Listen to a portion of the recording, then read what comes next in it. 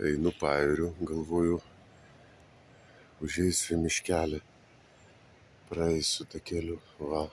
Ir ką mes matom prie pat jūros? Kiek grybų. Va, einam toliau. O, gaila, kad neturiu, gal man surinkti jas ir su bulvėm iškepti. Einam toliau, pažiūrėsim, jeigu jų daug. Va, ir čia, ir čia, ir čia, ir čia, ir čia. Ką žinau. O.